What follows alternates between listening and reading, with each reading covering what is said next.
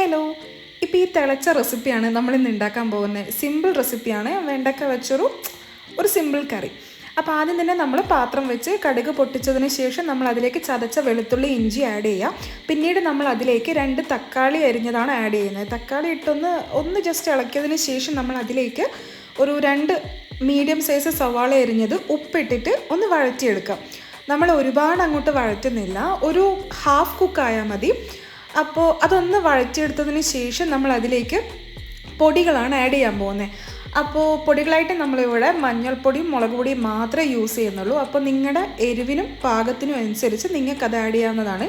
ഞാനിവിടെ എൻ്റെ പാകത്തിനുള്ള പൊടികളാണ് ചേർത്തിരിക്കുന്നത്. അപ്പോൾ ഈ മുളക് പൊടിയും മഞ്ഞൾപ്പൊടിയും ചേർത്ത് അതിനൊന്ന് മിക്സ് ചെയ്യുക. മസാല ഒന്ന് മൂത്തതിന് ശേഷം നമ്മൾ അതിലേക്ക് അരിഞ്ഞു വെച്ചിരിക്കുന്ന വെണ്ടയ്ക്ക ആഡ് ചെയ്യാം.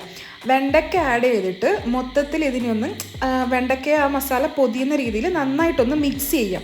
മിക്സ് ചെയ്ത് കഴിഞ്ഞതിന് ശേഷമാണ് നമ്മൾ നിങ്ങൾക്ക് എത്ര ഗ്രേവി വേണം അതിനനുസരിച്ച് വെള്ളം ആഡ് ചെയ്യാം. അപ്പോൾ വെള്ളം നമ്മൾ തിളപ്പിച്ച വെള്ളമാണ് ഇവിടെ യൂസ് ചെയ്തേക്കുന്നത്.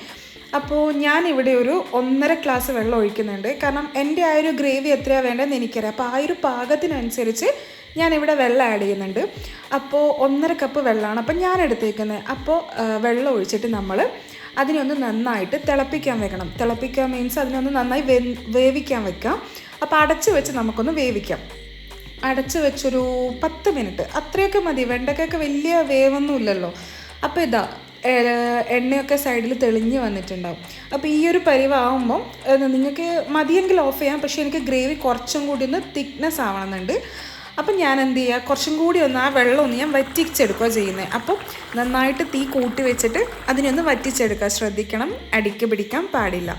അപ്പോൾ അതും കൂടി ശ്രദ്ധിച്ച് പാകത്തിന് വേവിച്ചെടുത്ത് കൺസിസ്റ്റൻസി എല്ലാം പാകത്തിനാക്കിയിട്ട് സെർവ് ചെയ്യാവുന്നതാണ്. ഇത്രയേ ഉള്ളൂ. ടേസ്റ്റി റെസിപ്പി, എല്ലാവരും ട്രൈ ചെയ്ത് നോക്കാം.